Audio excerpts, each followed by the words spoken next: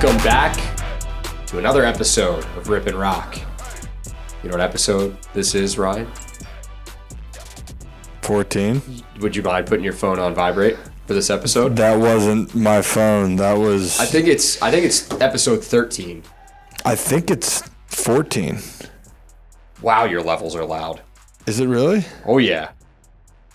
Well, whose fault is that? Probably mine, but I'm turning you down a little bit.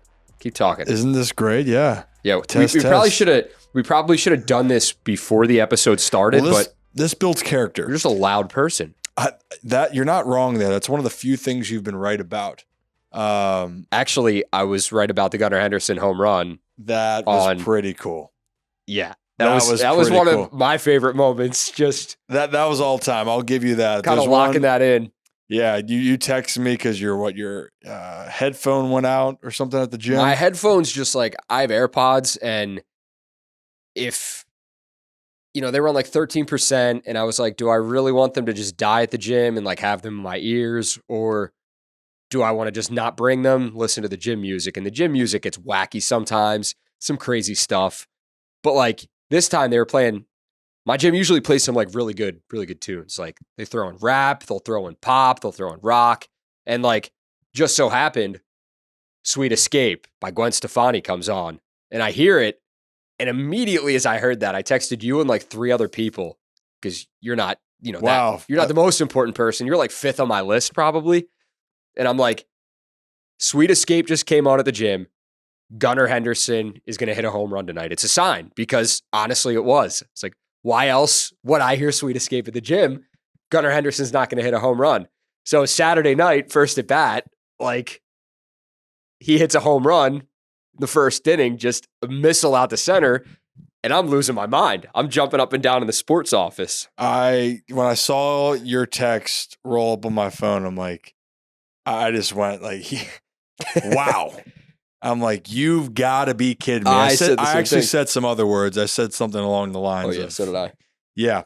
Other expletives, but hey, we're having fun here, so we're going to be a little bit more family friendly, but you guys get the picture. Cool shout out to you. And we have the timestamp. You texted me at 1:44. 1:33, I think it was. Whatever it was, It was in the day. Shout out to you. We actually talked about, I was saying, because, this we're getting off topic here and we're going to get back on it, but we haven't even done the rundown female pop songs get the people going. We'd had that in 2018 in Delmarva one year. And a few of us had our female pop songs. We had Ariana Grande, Selena Gomez, Gwen Stefani. Yeah, they have some pops. Yeah. Some bops. Sorry, not some pops. Yeah, not pops, bops, Rock. They're little bops. And yeah, it was a good song. It was a blast. Unfortunately, I did Selena wrong, and I hit a $196 at home. Hit 296 on the road, though, by the way. Shout out me on that. But 196 at home. I'm sorry, Selena, I let you down. But it was a time. We had a time in Delmarva. But enough about my... No. And the song was... Come and Get It by Selena Yeah, Gomez. well, you certainly didn't come and get it at the plate on the road. You were... On the road. No, at home. Sorry. On the road, you were at home. Pretty phenomenal stats. At home was terrible. On the road, it was really a tale of two, and it hurt my heart. So the downfall of your home career that season was because of Selena Gomez. That's you refuse to blame her, but I'm going out on I'm saying it. Selena, I'm Selena's sorry. fault. I'm very sorry. It's not you, it's me, okay. And it was me. As Taylor Swift, other female, I'm the problem. It's me. I think she said the same thing to Justin Bieber. Selena did, or it might have been the other way around. Who knows? Anyway, let's get back to episode baseball. 13, episode 14, whatever episode it is. We're not big numbers guys, so we really don't know how to count. Mm-hmm. Let's start it off with a bang. I think we just did. Home sweep home. The O's break out the brooms. That's what we're going to call this one. The O's sweep the Mets. The bullpen just looked fantastic. It was, that's been one of the biggest concerns, one of the biggest question marks with this team. The bullpen. How's the bullpen going to hold up? Are they going to be able to kind of guide this team in the right direction going forward and stand tall? And speaking of standing tall, pun intended, they definitely stood tall. 2 of the tallest guys on the team. I mean, they were phenomenal in that series finale sweep win over the Mets. It was a playoff atmosphere at Camden Yards. You went. Legends were honored. I didn't get an invite. Definitely going to talk about that. But sellout crowd, standing room only, and the O's just did not disappoint. And that's just a preview of what we're going to get come playoff baseball time. Continue to knock on wood, but I mean, this team look like they're playoff. I'm going to say right now. It's happening, but we want it to run through Baltimore. Yeah, that's what we want. That's the biggest thing for sure. Jack Flaherty making his O's debut in Toronto, picks up a big win. The O's 27-year-old righty, newly acquired at the trade deadline. Does he need to be the guy? Does he need to be the guy? Tim Anderson, Jose Ramirez, just throwing haymakers out there. One of them landed, though. Yes, it did. And with that, we're going to talk about the top 5 Orioles we least like to fight. I don't want to fight anybody on the team. I'm not a fighter. I'm a lover. And I avoid confrontation at all costs. I know I talk a lot of smack on here, but I don't want to have to back it up. Like, that's my thing. But I'm not one of those guys who's like, I'm not a big talker, like, outside. Like, this is a podcast, we banter. But, like, avoid confrontation at all costs. Top 5 O's we least like to fight. Rip's tips. You never tell me what it's going to be. So what do you got for us this week? I'm not going to tell you again. All right. Well, never mind. And then we go into the O's mailbag. We're bringing that back for this episode. Then we're going to preview a big series with the Astros in what could be potential playoff matchup for both of these teams. I mean, it could very well happen if it all pans out. So let's jump into the episode. The O's now winners of 7 of their last 8, 4 in a row. They sweep the Mets. Bullpen looked phenomenal. Bats looked great, aside really from Sunday. They kind of, it seems like the O's will have like a big game at the bat, at the bat, and then that next game it'll be like, all right, they fall asleep a bit. Still got 2 runs and the win, so pitching stepped up. What is a series win over the Mets? They were sellers at the deadline. They got rid of Scherzer. They got rid of Verlander. This is a team that many thought could be a favorite to go to the World Series this season because they spent so much. But look at them now. So the O's take care of business and they're beating the bad teams like they should be. Big sweep over the Mets. What does it mean? What did you like from the bullpen? And going forward, I mean, 3 games up in the AL East. It's big for this ball club right now, Rip. You know what, Rock? It is big for the ball club. Sorry, I was trying a different voice in my head there. But in all seriousness, to your point, this squad is hot. This is the hottest team in baseball right now in both divisions or both leagues. And yes, the Atlanta Braves are playing some great baseball. The only 2 teams in all baseball that have 70 wins are the Atlanta Braves and the Baltimore Orioles. And look, I think, first off, shout out to Buck Showalter coming back into town. That was cool. And I'm glad he deserves all of the praise and recognition because Buck reminded people in Baltimore and brought life to a fan base and to an organization where things were really dim for a while. And that was the best 5-year run that the Orioles had, in 15, 20 years. Yep. So it was great to see him, but for the team this year, this team just believes they can beat everyone. And that's what I was trying to say with this deadline. Whatever was going to happen or not happen, these guys they don't have fear. They don't care who they're playing. They don't care who they have. They don't care what the circumstances are. They're going to go out there and can compete. And regardless of the situation, they feel they're going to find a way to win games. And that's what they're doing. They took care of business at home. And there was a lot of different ways, Rock. Today or on the finale of the series, they beat the Mets 2-0. But earlier, they put up 7 runs, 10 runs. They're showing once again their versatility of being able to absolutely mash some games, but also be able to win the close ones. And that's really great. And it should set up, and we're going to talk about it later, with the Houston Astros. It's going to be another team that you very well might run into in the postseason. So yeah, great all around. No, it was great all around. And it was cool to see James McCann kind of have his revenge game against the Mets. Big 5 RBI game. He was huge in that series opener, that 10-3 win. It was funny. Noah Trister, he writes for the Associated Press. He covers the Orioles and the Ravens and other teams, does a really fantastic job. His title of his story, the night that Buck Showalter came back, it was like something along the lines of Buck Showalter gets warm welcome in his return to Camden Yards. And then the game started. Yeah. That's literally what it was. And it was cool to see him get the video tribute. He gave a little tip of the cap to the crowd at Camden Yards. I mean, he made memories there. He took that team to the playoffs for the first time in a long time. 97 was the last time until 2012, and Buck got him back there. And, people love him here. People really do, and they should.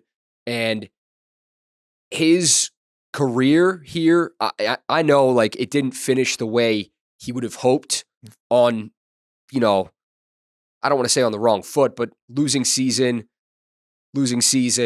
but it is what it is. And he's since moved on, but people here, like, there's no love lost when it comes to Buck Showalter at all. Like, I feel like a lot of fans really, truly still love him here. But yeah, to your point, players stepping up in different ways. James McCann, I mean, that was, like I said, revenge really cool games are real, by the way. Like, I know everyone said, I'm not saying it's going to happen every single time, but you don't think that game meant a little bit more to him for this case? Oh, it definitely did. And man, like, the ball he hit that nearly left the yard, it would have been a home run in 29 other ballparks, I believe. I think they always bring up the stats, and I'm not sure if that was the exact stat for that one, but I'm pretty sure it was, because he got all of it.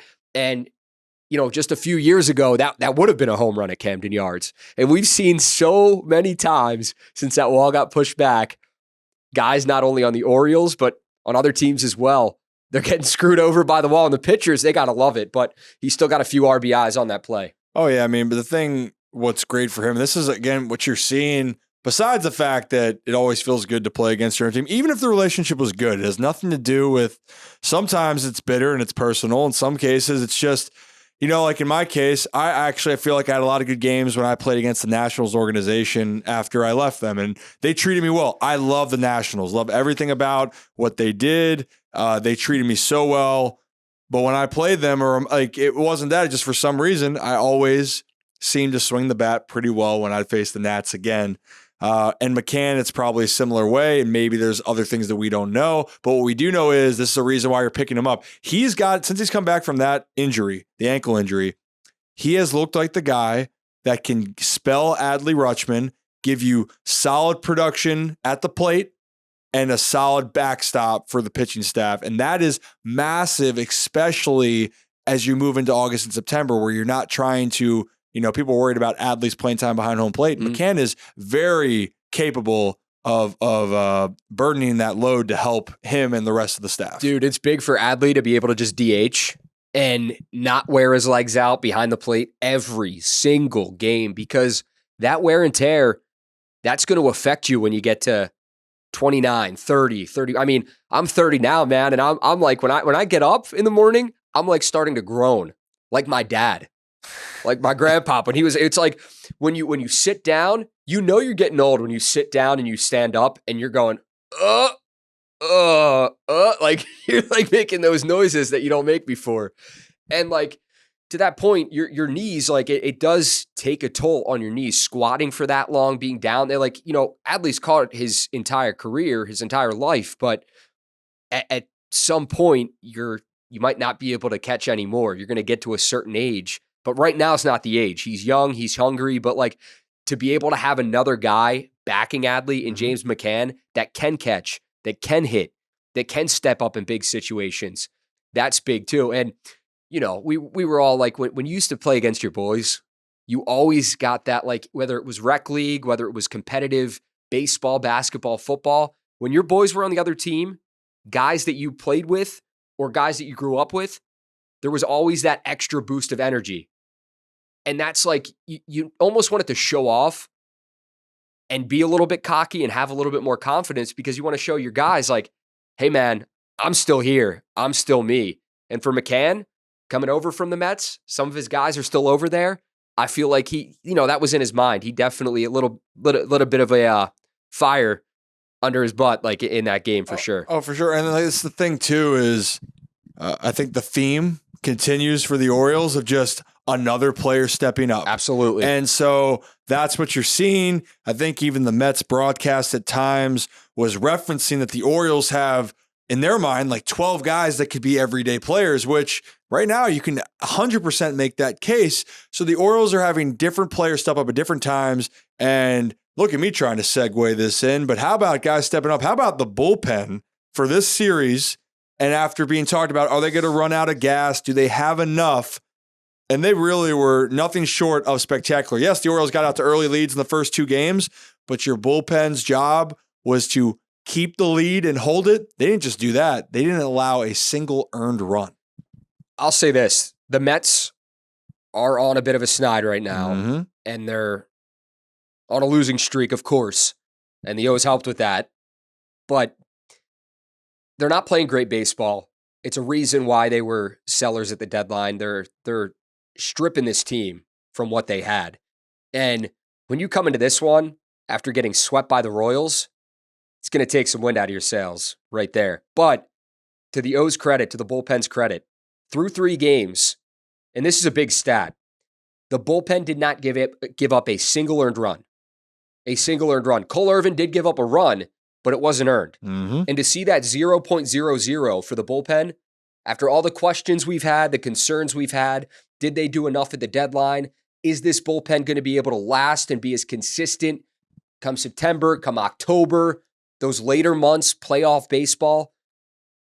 And right there against the Mets, Fujinami with his, I think that was his best appearance as an Oriole. I don't think that's a hot take to say that at all. No, I think that's just right on gas, man. It's right on the money. So everyone's seeing today, for those that didn't watch, or sorry, I keep saying that because we release, a day later. Stop. Yeah, whatever. We do that too much. We got to stop with it. People probably roll their eyes when we go, we're recording this on a Monday. I do it so much. Shut up, Rocco. Yeah, that's shut up, Rocco. Shut up, Ryan. Shut up, Rocco. That's shut it. Up, Ryan. Just shut up, Rocco.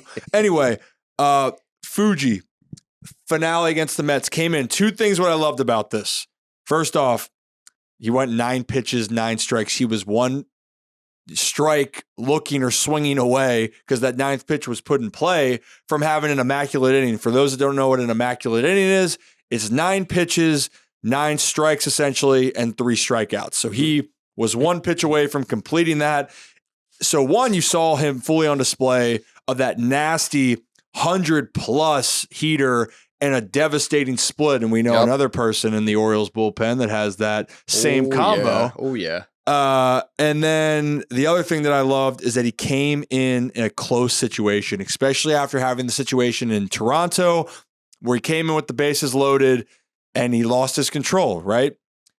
This time you come in 2-0, close game, still a pretty tense situation. The game's not out of reach, and you come in and you dominate like that. That's just not a confidence booster for the Orioles. That's a huge confidence boost for Fuji to say in those situations, that moment is not too big. And if he can do that, yeah, the Orioles bullpen is going to look extremely different come postseason baseball.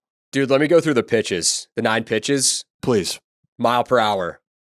100, 91, 90. Strike 3. 101, 100, 102. Strike 3. 101, 94, 102. And that was a pop out. That ruined the immaculate inning, but this dude is just throwing heat. And I'll say this, not just Fuji. We want to talk about Fuji because you look at what he did against the Blue Jays. It was against the Blue Jays when he ends up walking the bases loaded and then hits back-to-back batters and 2-run score. Yep. That ended up being the deciding factor really in that game. I mean, he doesn't want to do that. He was probably beating himself up after that as well. But to come back and have the performance that he did, I mean, that was definitely huge to be able to do that. And I don't know, help this team win a game, man. I mean, that was big time because his pitching was unbelievable. That was the best I've seen him throw as a member of the Orioles. And we got to credit Rip the rest of the bullpen as well. Cionel Perez, he picked up the win. He improves to 4-1 on the year. He went 1 1/3. The whole team was scoreless. Obviously, they got the shutout. Then Cole Irvin comes in. He gets credited for a hold. 1 inning. Strikeout. 12 pitches thrown. And then Bautista, man, picking up his 30th save. Yeah, but he only Straight got gas. one strikeout, 1 inning, 1 strikeout. He allowed the leadoff guy on. He's really struggling. Yeah, he's only got a .85 ERA. But you know what's funny is everyone wants to find something else to say why Felix shouldn't be in the Cy Young consideration, and I'm sick of it. I am sick of it. I don't care if he doesn't win the award. I understand it's so hard for a reliever to win the award, and then I'm going to go back to the rest of the bullpen. But I want to get this point out. Felix, what he is doing has been unbelievable. And I'm not asking you to crown him as the AL Cy Young, but he should be seriously considered because of the impact that he's had on this team. He's on the best team in the American League. He's given up 1 run since May 25th. He's been the best reliever 3 out of 4 years, and he's still one of the top pitchers in strikeouts, respectively, counting starting pitchers. And yes, his numbers, if you compare it to Eric Gagne, the final reliever that won this award 20 years ago, Batista's on pace to beat that. So again, Batista, for everyone that has doubts, you cannot doubt that he deserves every bit of credit to be in the running because he is having a truly special season.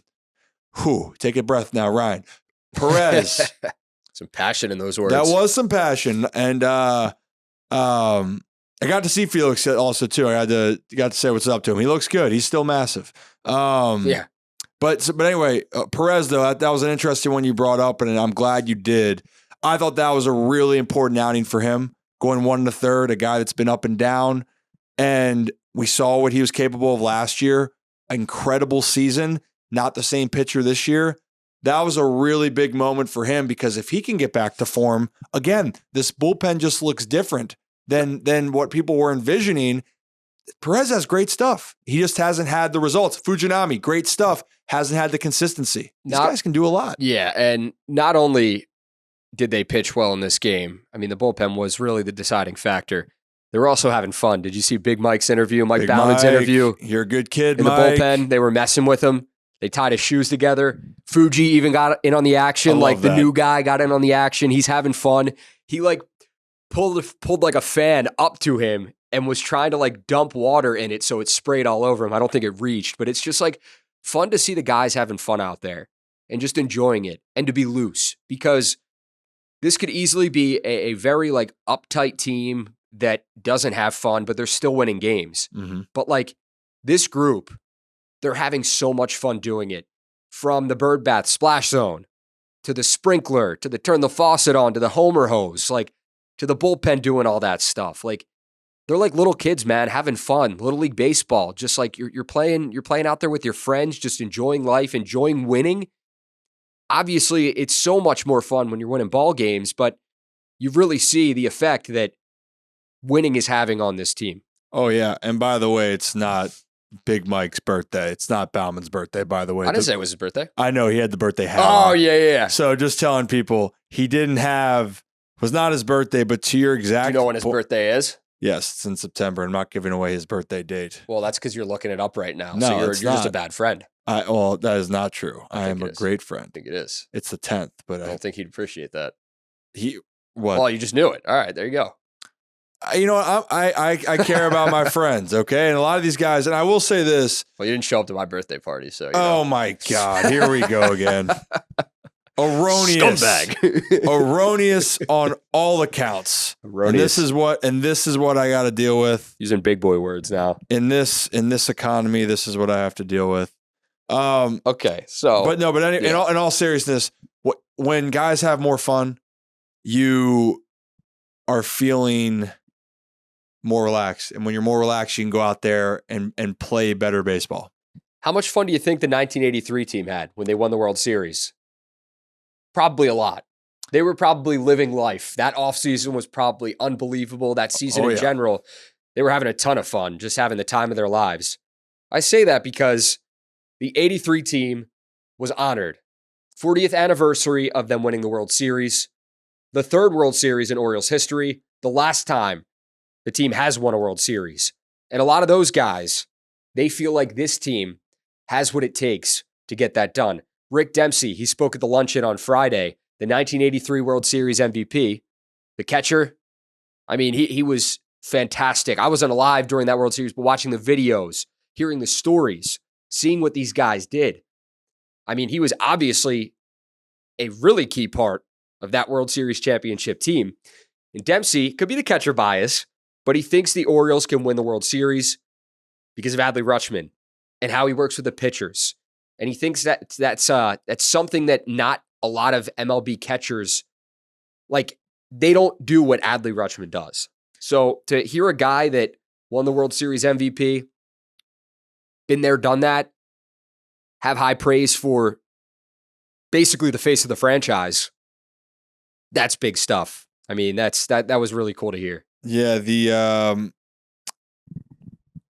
it's been 40 years, and it was great to see the celebration of the team. But think about that, and that was an awesome moment. And honestly, when you look at that group of guys, and some of them, it was coming towards the tail end of their careers, and coincidentally with my dad, it was the beginning of his career. That was his second year. And if I asked him, and I have asked him this, is if you really thought that'd be your only shot to go back to a World Series, he would have said no chance. There's going to be more opportunities, and there hasn't been. The Orioles haven't been to a World Series in 40 years. So to see them celebrate, it means a lot to the community. We've seen that, obviously. But Rick's absolutely right that the effect that Adley Rutschman's had. I mean, you don't have to go and look. I'm a big person that stats help you paint a story, right? And we all know that the Orioles record since Adley's come up is so absurdly better. And not even like by a little bit. You can pinpoint the exact moment where the Orioles culture here in Baltimore changed is when he got called up. And they still haven't been swept since he's been called up. Exactly. And again, that's a stat. But if we're looking at to the point that Rick called out, the way he connects with the pitchers, the way he gives the pitchers confidence, and I don't think that was a coincidence at all. And he's right. I think for every team, if you look at their makeup, you look at starting pitching, obviously you look at what pitching staff can be good in the postseason. That matters, right? But having a defensive backstop, and I look to another team that had a lot of success in the 2010 region or 2010 timeframe or that decade, Buster Posey and the Giants. And Buster Posey is one of the best catchers to ever play. And the Giants, I believe, won 3 championships. So Buster's impact was felt. I think Buster or Adley's having that same type of impact. And hopefully for the Orioles, they can chase as many rings as the Giants did during that stretch. That's what Adley has brought and can still bring to this squad. No, and it's really cool to see him after wins, smile on his face, run up to the pitchers, does the thumbs up thing with Felix, gives him a big hug. He's all smiles. Like that was honestly one of my favorite things watching the team last year and even this year. You'd always watch Adley, how happy he is after the win. And like, you don't see that all the time. Not that I'm not saying other catchers don't do that, but he's just all smiles and he's loving it. And he like really brings up the spirits of his guys. Yeah. And if you don't think that a guy's having a bad start and Adley's not talking him up and, trying to get him back on track, I mean, you're wrong. It's a catcher's job to do that. But I think the way he does it is so special because of the way he connects with these guys. And just talking about the atmosphere, man, like transitioning to that was unbelievable on Saturday night. And, you can say what you want with it was a giveaway night or it was the 40th anniversary and that's why fans were there. Doesn't matter. The yard was packed. It was sold out and the atmosphere was unbelievable and the players fed off of it. Gunnar Henderson with that home run. You don't think that Gunnar, a guy that lives for those big moments, didn't notice the buzz of the crowd? And that buzz carried over from that pregame ceremony. Brandon Hyde said guys were coming out early to watch it because they wanted to see it. They didn't have to be out there at that point in time, but they were. Well, and that's the thing is you're seeing this is the last team in Baltimore that brought a championship for baseball. And you're seeing, I want to get to this level. That is my goal. That is what I want to bring back to the city. And any baseball player out there, if you're a child, you're a teenager, whatever it may be. For me, it was the same way. My goal, I wanted to go play in the big leagues. I wanted to win a World Series. And you're looking at that group of individuals, that group of individuals that was a team. Mm-hmm. They brought home that title, and the people in Baltimore embrace that, and they embrace this team right now. And there's a lot of belief that they can do that. And we're in the dog days of August. And I told you this earlier, Rock, when we did our Sports Unlimited segment for Fox 45. And the dog days are extremely challenging for players because you can kind of feel you're close to the end of the season. Your body's really starting to fatigue.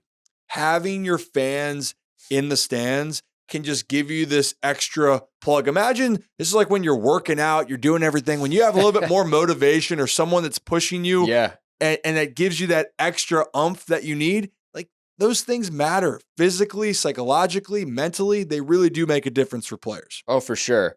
And you got a front row seat basically to all the No. action. No. Yeah, you kind of did. You kind of No. did.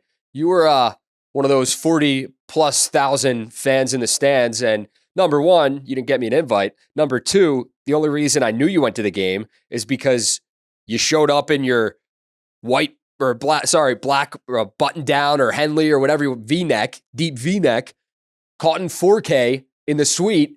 They put you on blast, so I put you on blast. You know what? Because it hurts. I didn't get an invite.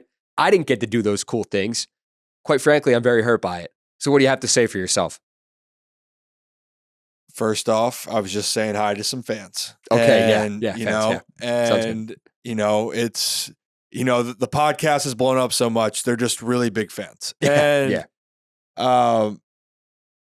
actually, coincidentally, just so many dates were going through my mind. It didn't realize what was happening. I'm sorry if I hurt your feelings. Hurt my feelings. You were in a suite. I wasn't there. You probably got free food.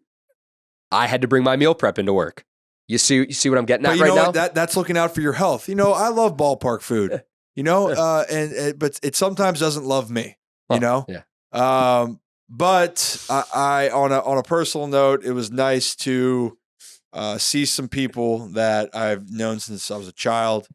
One of my dad's closest teammates that really impacted him, John at Shelby T-Bone. It was great getting to see him, which some old Oriole fans will really know, some won't. But there's just a lot of good people that have come through the time there. I guess I got a little airtime. I don't know if that's like the most flattering photo of me up there. Someone said you looked like a disappointed, I think it was a disappointed director of like a play, yeah. a disappointed play director. And I do think that's a pretty spot on resemblance right there. Yeah, in that moment exactly, I had my hand over my face. This is absolutely dreadful. Yeah. And honestly, it was. Did you see their postures were terrible for that? But yeah, honestly though, I got to see a lot of things up close and personal. And I will say this: parking was absurd that night. But look, if parking's absurd and that means that we got a bunch of fans coming to the stadium, I will take that 11 times out of 10. Really awesome, really great moment. And it was a really great game for the Birds. No, the picture, I'm busting your chops right now. The picture of you, your dad, Jim Palmer, and T-Bone, it was really cool to see. What? Who? What? Are you an owl? What? Yeah, no, it was good, but I can't believe they let Calvin in the box. I think always the best jokes. Yeah, he's a good kid. Jokes. He's a good kid. You're a good kid. I'm older than you, and so is your father. So you know what? You can't call us kids. I don't think that's how these things work. It's good seeing my kids grow up. Young whippersnapper. It's good seeing my kids grow up and have success. Anyway, so it was really cool to see Saturday night, and that gives you a little taste of what the yard's going to look like when playoff baseball returns. So that was really cool, and I just I kind of get goosebumps talking about it. I wish I got to go, and I'm, all jokes aside, but that would have been a really cool game to be at. So shout out to the fans that actually got to go. You not inviting me. Yeah, shout out me for no invite. Yeah, exactly. Shout out you. But shout out the fans because you guys all made the environment and energy and kept Rocco out the building. Yeah, kept me out the building. Nobody even knows who I am here, so it is fine. Jack Flaherty making his first start with the O's. That was on Thursday or Friday of last week. I got my days mixed up. I think it was Thursday because Friday the Mets series began. Mm-hmm. So they get Flaherty, 27 years old, really solid righty, and he could be the guy for the Orioles. Does he have to be is what I'm going to ask you in about 2 seconds. Let me go through Jack Flaherty's line, his final line. He got the win, improved to 8-6 overall in the year. First win with the O's. 6 innings pitched, 4 hits, 1 earned, 2 walks, 8 strikeouts. Pretty phenomenal stuff in that game as well. So, to that, I ask you, Jack Flaherty, does he have to be the guy for this starting rotation joining the Orioles? No, he does not have to be the guy. But could he end up becoming the guy? Yes. And what I mean by that is that the Orioles pitching staff, the starters, things have really rounded in the form. We've seen a lot of solid outings, especially over the last couple months, and they're pitching with as much confidence as any rotation really in Major League Baseball. But the reason why Jack can become the guy is because he has the ability to be dominant. And I don't want people to take that for granted or think that I'm being repetitive or redundant. And sometimes I am, but you know what? Deal with it.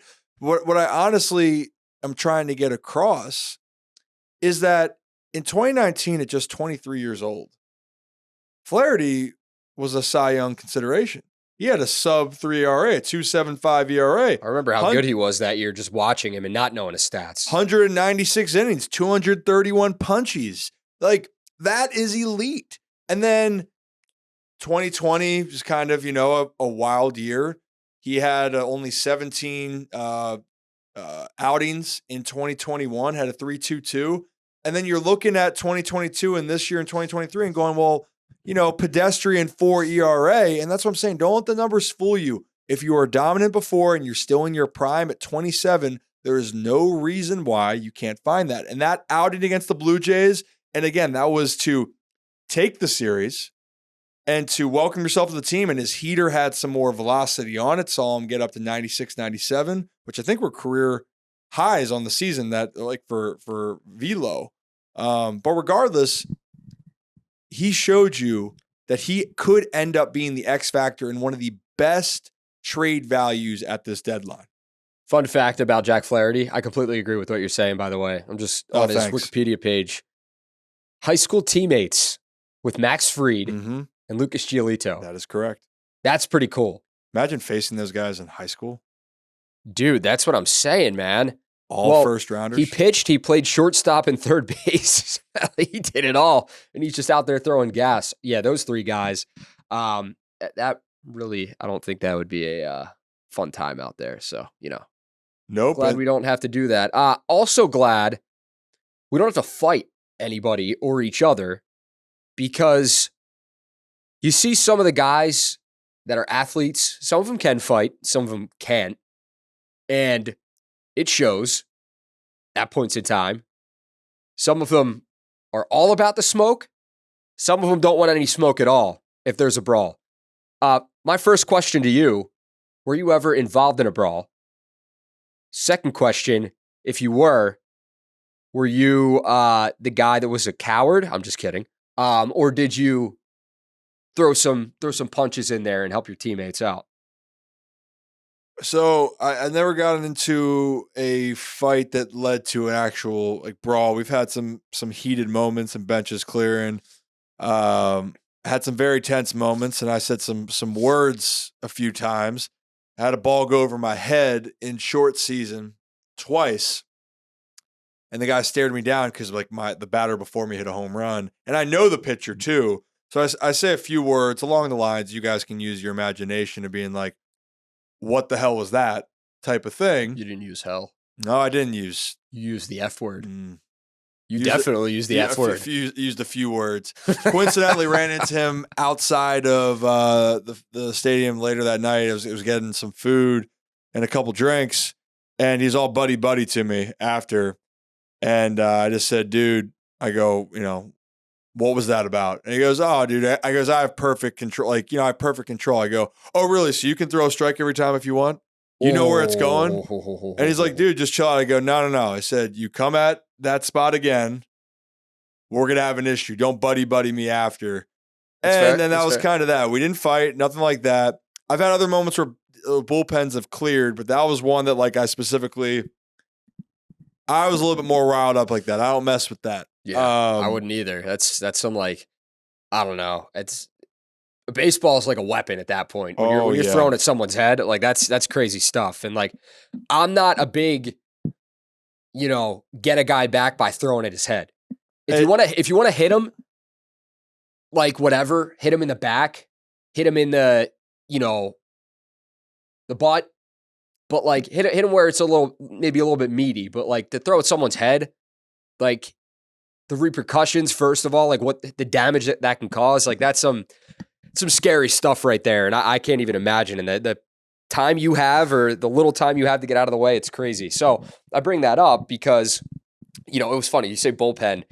Brad said he's like, it's always funny watching the guys come out of the bullpen like 5 minutes later. I think it was Brad who said that. Yep. Yeah. So it was funny because it's like, it's always funny. Like the guys like jog out there like 10 minutes out. It's like the friends that are late to the party that show up afterwards, like after everyone's already there and settled.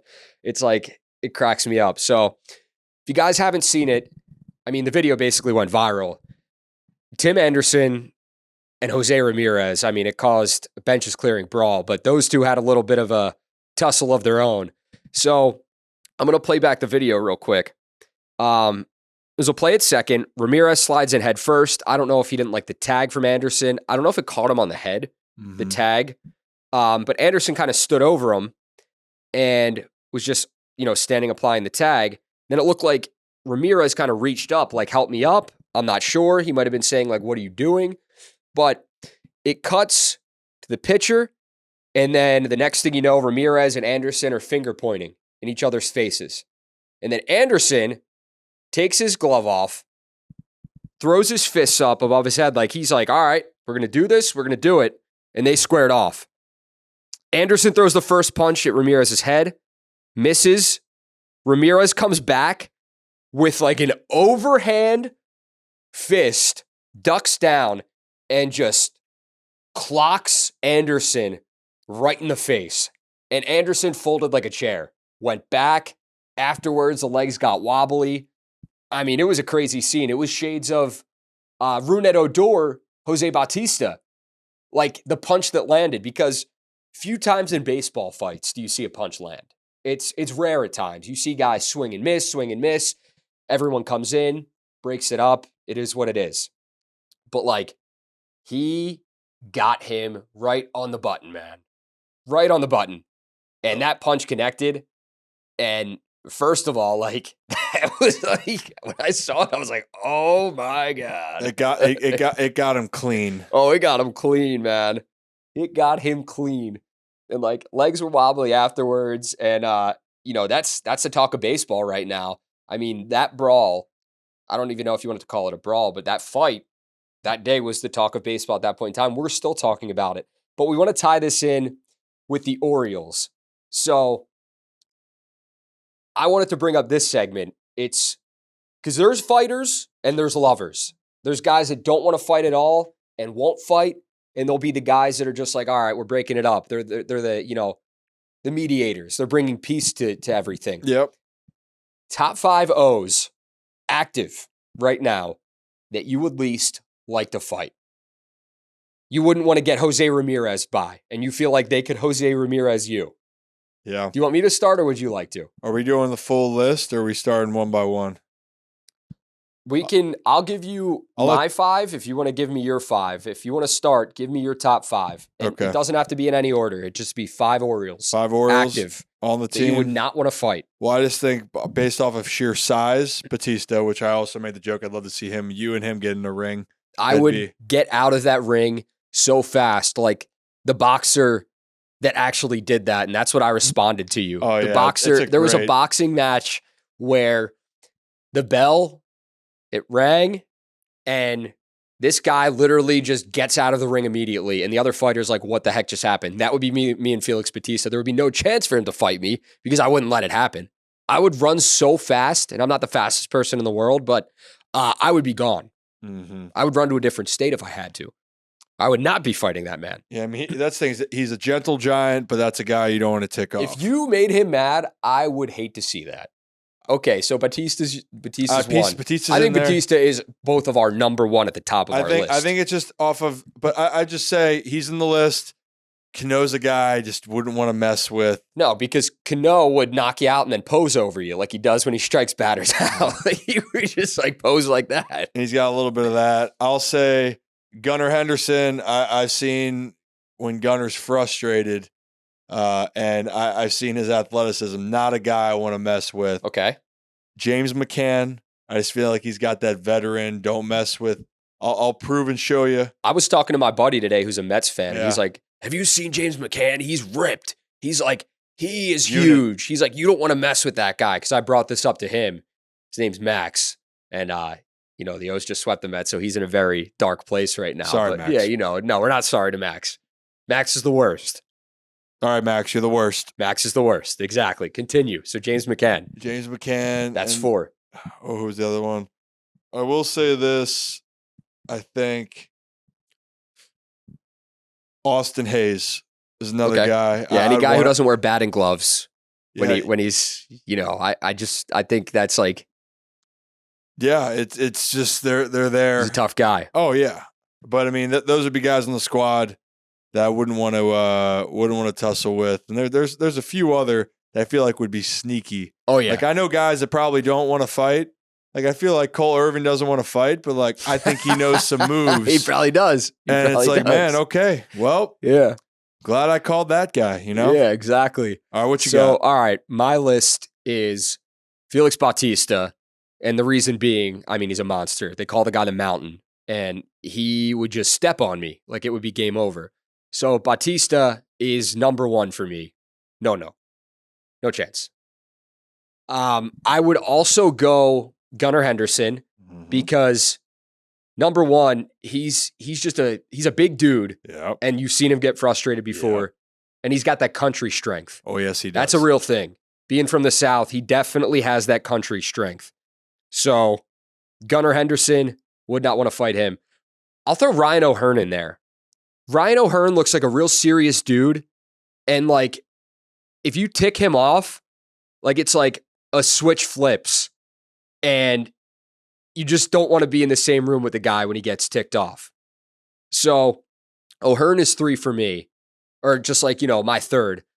Then I'd go Santander in there. I think you got to put Tony Taters in there. Yeah, that's a good one. I wouldn't want to mess with Tony Taters. He seems I mean- got a lot of smiles, but that's one of the guys. Oh yeah, like the power he hits the ball with, just Anthony Santander. That's a no for me. And then I think the last person I'd have to go with is probably Cano. When I was talking to my buddy Max, I think it was Max. He said Hicks. He said Hicks as well. He put Hicks in there. That's a good. See, they But- got a lot of fighters there. Yeah, I mean, I wouldn't want to fight any of the guys on this team. Absolutely. But not. those are like the top guys for me. Like that's my list of 5. So, some of the same, some different ones. I kind of like that. But yeah, it related to what happened with Jose Ramirez, Tim Anderson. And it's like, Mhm. if you ever get to that point, like, who's the guy in the O's that would, not necessarily do that, but like, who would you not want to fight? So there's our top 5. You got to send us your list. We put something out with that. So let us know who you would least like to fight on the O's, your top 5 as well. Let's switch gears to Rip's tips. What do you got for us? Have you had time to think? I don't even know what it is this week. You never know. I never know what it is. Well, which 'cause is you don't great. tell me. You don't tell me. I know. I think so. This for me. I like try to relate things in it for it to be personal. And for this week is do not. I don't want you to feel a lot of people out there. I'm not articulating this well to start off. You don't But articulate ever. I was working with doing some lessons, and hearing how much some young kids are worrying about other teammates, other kids, and feeling like they're going to embarrass themselves, or they get then their heads and their emotions get the best of them. And I've kind of touched on certain things in the past here about, trying to put your best foot forward. You can control what you can control. I've used a lot of those things of patience, whatever it may be. But I think we all can relate when our emotions get too high and we sometimes have these self-doubts or you just don't feel good about yourself. And some of these, one of the kids was going for a lesson, or not for a lesson, for a tryout. And he felt like he froze up. And I go, hey, what happened? He goes, well, I just felt like I got, in my head too much. And I felt like I was embarrassing myself. And I asked him, I said, do you feel like you're disappointing, yourself, me? Or he goes, like, I feel like everyone I've helped, I'm disappointing. And it just reminded me, it's like, man, we gotta be, and as a kid, it hurt for me to hear that because he's I love working with him, but it's going to show that be supportive of the people around you and show them, even in times, especially for younger kids, that, hey, you can give them harsh lessons and tough lessons, but you're not disappointing them by going out there and failing at a sport. You know what I mean? Mm-hmm. I think the point is to show that one thing isn't going to define you, but the last thing you want is for someone else to dictate, or something else to dictate, you going out there and having success. And this is where I'll tie it back to myself. I personally always wonder if I had a lot of opportunities with the name Ripken. I'm not going to say that I haven't with certain things, but I will say for a lot, I was in my head that I had to be perfect. And I got in my head, I let my emotions get the best of me, and that hurt me. And sometimes I wonder, could I have ever done it if I could have ever gotten out of my own way? I don't know. Maybe, but I can honestly answer myself for a lot of times where I let my emotions get bad because I felt that I was disappointing my family at times. I was disappointing myself, and that weighed on me. So if my lessons here is we all go through this, whoever it is, make sure that they know you're not disappointing the people that love and care you first and foremost. And secondly, don't let others ruin your moment because you're always going to wonder the what ifs in that. And that's something that I don't want. But again, there's a difference of being real with people and kids and anyone you love. And it's also them understanding that it is okay to fail. It is okay to go out there if you give it your best and it doesn't work out, as long as your effort's there. But don't let them think that someone else should dictate how they go out and play their game or how they live their lives. That should not be the case. No, and I like that a lot, man. And that holds true to everyday life. It holds true to baseball. It could hold true with the Baltimore Orioles this season, not wanting to disappoint the fan base. But in everyday life, it really, I mean, you just put things into perspective with your last name, with, growing up a Ripken and you wanting to be perfect. It's okay not to be perfect. Like you said, it's okay to go, like nobody's perfect. It's just how life is. And if you think you are, you're wrong. It's just not going to be the case. But in a generation where, we grew up and it was like, it wasn't okay to feel a certain way at times. It's like, it was like, if I'll say this, there's a difference between babying someone and like, the participation trophy mentality is what I'm saying. Yeah. And then there's a difference between supporting them and picking them up when they're down. I think our generation needs more of that.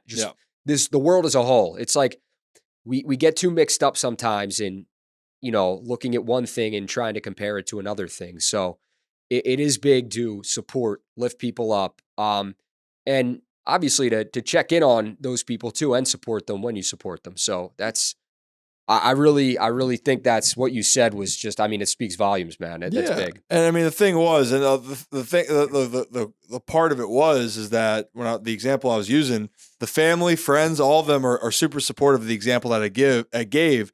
It's just that's the pressure that sometimes, in this case, the kid was putting on himself because he has expectations. But then we can all relate of how many times you put added pressure, and that's why I bring up myself.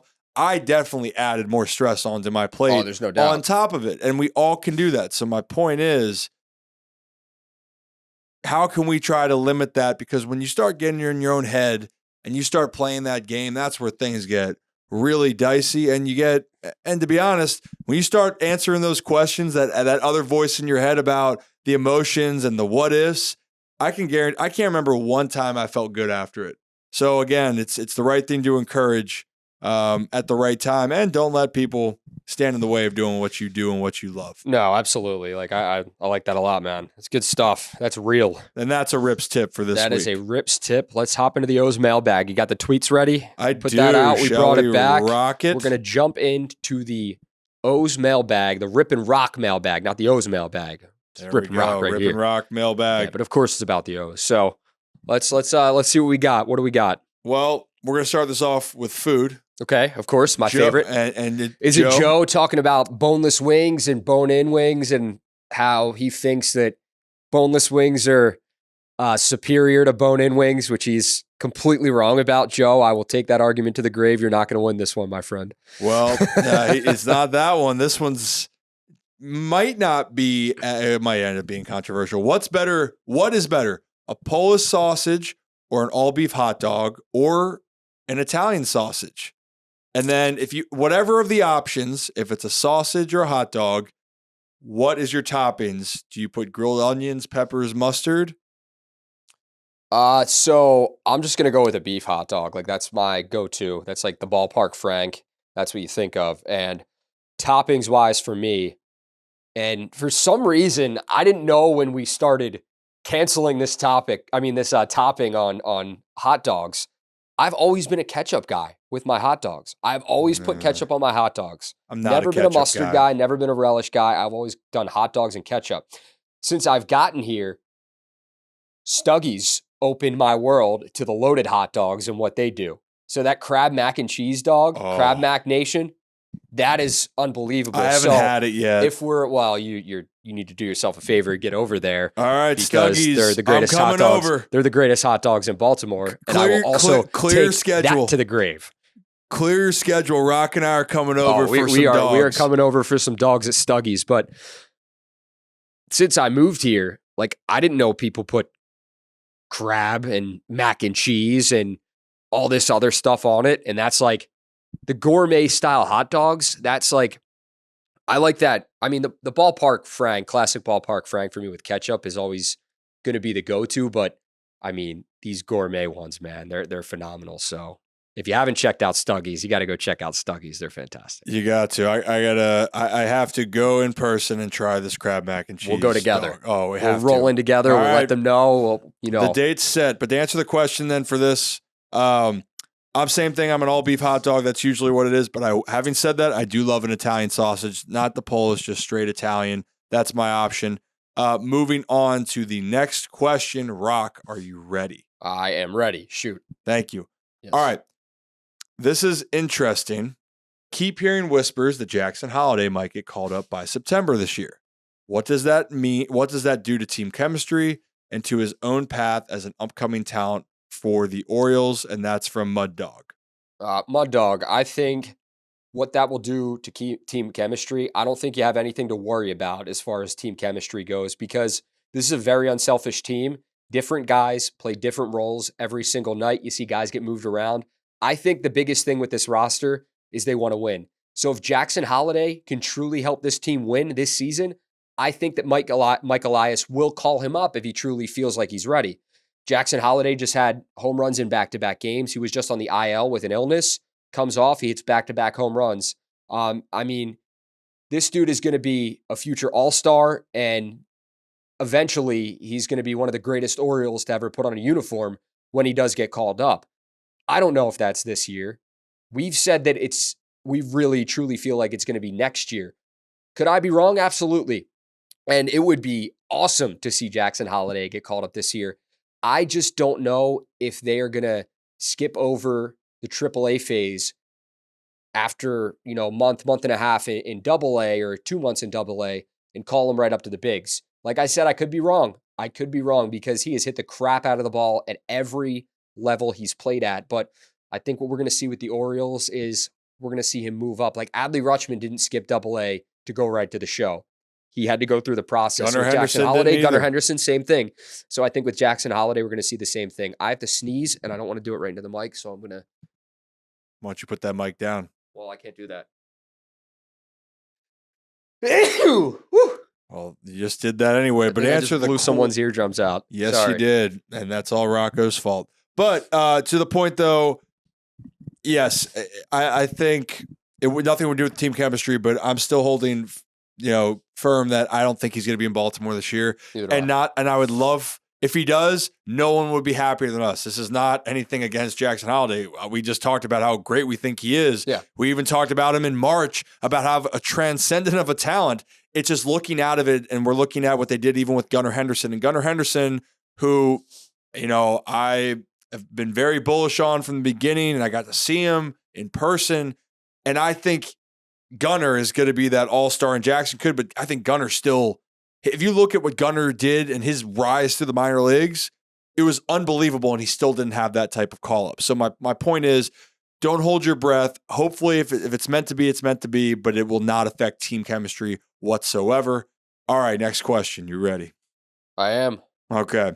So, kind of on this topic of between the minors and Orioles, or with the big league team, what lineup would the O's put forth if they wanted to play the best 9 position players in the organization? I was honestly just thinking about this. Like in my head, I was thinking about the best lineup they could put. So what?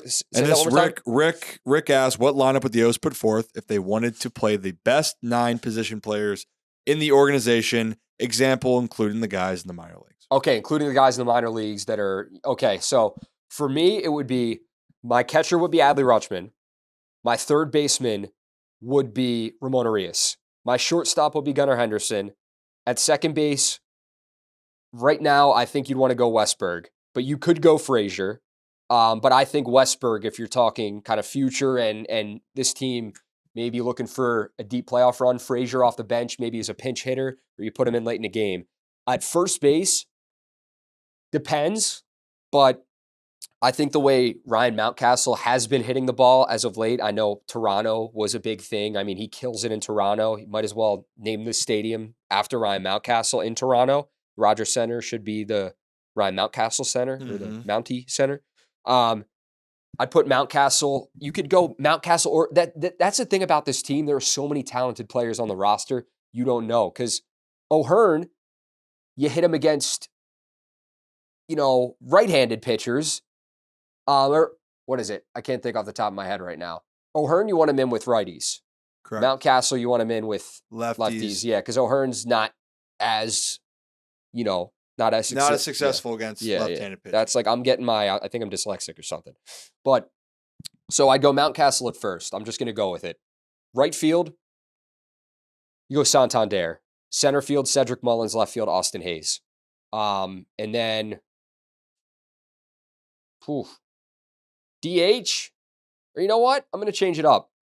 I'm going to DH. Nope. I'll DH O'Hearn right now. What do you think? So I think with the question, as much as saying the best 9 organization, I just think I don't like to always he's talking about in the minors. No, too. but I don't like to play. I will say this because I won't fully answer it in that way. Rick. Well, good. You're confused. You could do the right one. No. But the thing is, I don't like to even say the best because I don't think it's fair to the guys even in the big leagues because everyone always has this perception that you look at your guys that they're going to pan out. Yes, like if there's going to be 2 guys I'd add to the list right now in the future, Jackson Holiday, and can you name the other one? Yes, Heston Kjerstad. And I want to change up my thing real quick. I would put Kjerstad in right field and I'd DH Anthony Santander. That's so good. That would be my ideal lineup because I forgot about that whole thing. But yes, continue.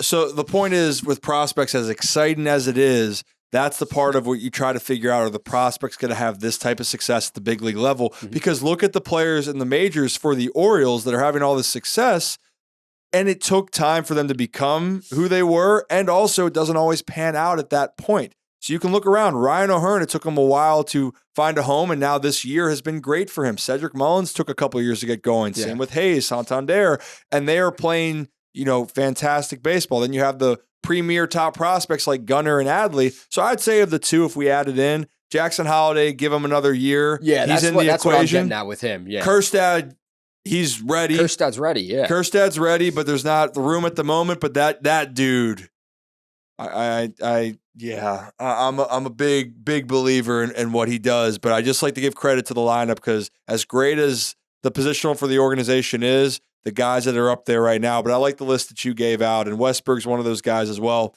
It's just you want to see what plays out, but I hope that answers. Holiday and Kerstad for sure would be ones in the future. Okay. Let's do one more, and then we'll rock and cover and move on and the get Astros, and then we're done. Yeah. Do. That's a good one. You think people like listening to us talk for an hour? I don't even like listening to myself talk. Wow, for an hour. I think you know what? I think we have a great community that we've built. They might not like you. They probably don't like me either. But in all seriousness, like, thank you for putting up with all of us. You guys are amazing. Yeah, we appreciate don't you guys. let Rocco's self-loathing over there bring you down or me down. Whatever. He's giving me the All look right, again. You're the one that sneezed into the mic. Continue. Who has a more dominant postseason run if they came out of the bullpen? Tyler Wells, John Means, or DL Hall? Thank you, Dave. That's Dave, I don't know right now, man. I think my, if I'm a betting man, it's going to be Tyler Wells because Means and DL Hall have both suffered setbacks. We don't know when they're going to be up. The hope with Means was late August, early September. We still don't know if that's going to happen or what his timeline is. DL Hall, he's back up in AAA right now after that stint in the FCL or FLC. What is it? FCL, Florida Complex League. Yeah. Sorry. But I think right now, if you're going to ask me, and you can knock Tyler Wells for the home runs allowed and given up, but I think this is a guy that was taxed because he pitched so much. We went over the numbers in last week's episode before the All-Star break, how many innings he pitched compared to, obviously after the All-Star break. It's just like his arm is taxed. I think you get Wells in a bullpen situation, I think he's going to be the guy because former starter turned bullpen guy. I think the O's, their pitching staff, which has been very, very great, like their coaching, I think it's going to be Tyler Wells. That's my answer. What about you? I think if you're using by just your head, it's Tyler Wells just from health standpoint. Absolutely. The feel-good story that would just have Baltimore all excited and amped up is if John Means came back and shoved out of the pen. It will be really sick, though, to see DL Hall, Fuji / Cano, and then Bautista just throwing gas. Oh, yeah. I mean, Poor DL gas. has the most upside of those three just as far as his velo's concerned and his ability. But I'd still say the feel-good would be John Means, but the head is still saying that Tyler Wells because why? He is still the healthy guy on the staff, and he has proven to be extremely valuable this season. We're going to close that mailbag for now, so thank you all for doing that. And, Rock, we don't have to dive too much into the Astros and O's for time, but it's safe to say this series is, we've said each series is the biggest series, but this one is going to really be a telltale sign. I'll give you my reason, but you take it over. No, looking at who they have left on the schedule, this series is going to be so big because this is a playoff team, the Astros. And not only are they a playoff team, getting Verlander back and coming off the World Series last season, they're one of the favorites in my mind to represent the American League in the World Series, as they should be. And they just got the guy back that helped them win a World Series a season ago, getting Verlander at the deadline. I mean, Houston is in win-again mode. They've had the success. This roster, when you get into October, it's scary because they have the experience, man. And once, like, regular season aside, if you get there and you've been there before, you're going to be a scary team to face. So I'm not saying this is a playoff preview, but it is. It's because we're not in October yet. We're not into the late months of the season as far as September. We're almost there, but we're not yet. So this 3-game series, though, it's going to not only show how the O's stack up with the Astros, but what they need going forward. And obviously the trade deadline's passed. It's not about needs with trades and all that stuff, but bringing guys up, getting guys in the right place where this team needs to be at, because you got your young, hopeful ace, the guy you want to be your ace going forward, getting that first start against a guy that just pitched a no-hitter in his last start. Or did Framber pitch? I know he pitched a no-hitter, but I can't remember if he pitched again since that. I'm not positive on it, but I don't think he did. So, Regardless, he just threw a no-hitter a week ago. Grayson Rodriguez going up against him, and that's on TBS. So that's like national audience tuning in. And then you go Jack Flaherty against Christian Javier for game 2. That's Wednesday night. And then that third night, that series finale, that's going to be Dean Kramer against Hunter Brown. And Hunter Brown is 8-7 this season with a 4.07 ERA. So it's 3 pretty solid pitching matchups, Rip. It's blockbuster and it's must-see TV. It is must-see TV. And that's actually that's something that we'll talk about more in the future. But the biggest thing, and this is why, until the Astros are not in the playoffs or they are completely out of it, this is the team, in my opinion, that still is the team you have to go through in the American League. I know what the Orioles have done. They're the best team right now in the American League. They've done everything. You have a team in the Orioles that doesn't fear anybody, and you also have the World Series champions that have been to multiple ALCSs and World Series that know how to handle the big moments. This should be must-see TV for all O's, Astros, and baseball fans around. No, I agree, man. And it's going to be a big series, big 3-gamer. And this is like what you want to see, these matchups going forward, because it gives you a little taste of playoff baseball, the atmosphere. I don't know how packed the yard's going to be. I would hope that there's 30,000 plus for all 3 of these games at least. I don't know if my wish will come true. We'll see. I'm trying to go Tuesday night with a few of my buddies. So I'm pumped to see that first game of the series, because it's when I have my off days, sometimes I'll go over. A lot of the times I will. When I'm off Monday, Tuesday, it gets tough with the Ravens training camp and everything because you're tired. Oh, yeah. But I want to go to that game Tuesday night and see that series opener. And you guys are over there, we run into each other, say what's up. And if this is an open invitation for you, because actually, unlike you, I invite my friends, people I do podcasts with, to baseball games. Who else are you doing a podcast with? We might not be able to, sit in a suite together, get, picture with 2 Hall of Famers as well. And that, but it is. It might be hard for people to believe. I don't think I've been in a suite in like 20 years there, first and foremost. So I don't want to hear all that. Are we supposed to feel bad for you? No, I'm just saying I hadn't been there, and I go for 10 minutes to say hello, but you know what? I digress. Anyway. By the way, Jim Palmer in that picture that you took, and I think he gave you a shout out today on Masson. So he would like an invite. I think that's what he said, to your podcast.